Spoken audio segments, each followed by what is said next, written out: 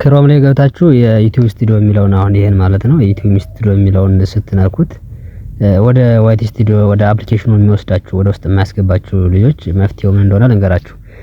መጀመሪያ ወደ ዋይት ስቱዲዮ አፕሊኬሽን ትሄዱና ዋይት ስቱዲዮ አፕሊኬሽኑ እንደ ጫና አጋችሁ ትይዛላችሁ። ጫና አጋችሁ ትይዙና ስትለቁት እንደዚህ ጽሁፍ ይመጣላችኋል ማለት ነው።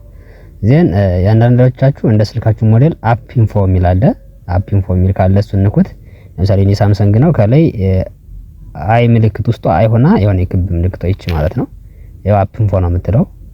ስለዚህ እቺን አንዴ ነካ አረጋታለሁ ማለት ነው። እቺን ነካ አንዴ እንደዚህ ካገባው በኋላ ወደ ውስጥ ያስገባኛል።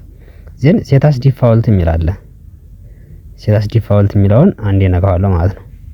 ዜን እሱ እንደነካሁት ይኸው ኦፕን ሳፖርት ሊንክ የሚለው ይሄኛው ከናንተ ላይ እየበራ ነው ያለ ማለት ነው። ልክ እንደዚህ እየበራ ነው የምታዩት። ስለዚህ እሱን ማጥፋት አለባችሁ ማለት ነው። ስለዚህ እሱን እንደዚህ ካጠፋችሁ በኋላ ድጋሚ ወደ ዋይት ስቱዲዮ ሄዳችሁ ዋይት ስቱዲዮ ውስጥ ነኩት። ወደ ምን ሊወስዳችሁ የሚችለው ወደ ዳሽቦርዱ ይወስዳችኋል ማለት ነው። ስለዚህ በዚህ መሰረት ማስተካከል ትችላላችሁ። ቀጥታ ያኛውን ስላጠፋሁት እኔም ወደ ምን ነው የሚወስደኝ ማለት ነው ወደ ዳሽቦርዱ ይወስደኛል።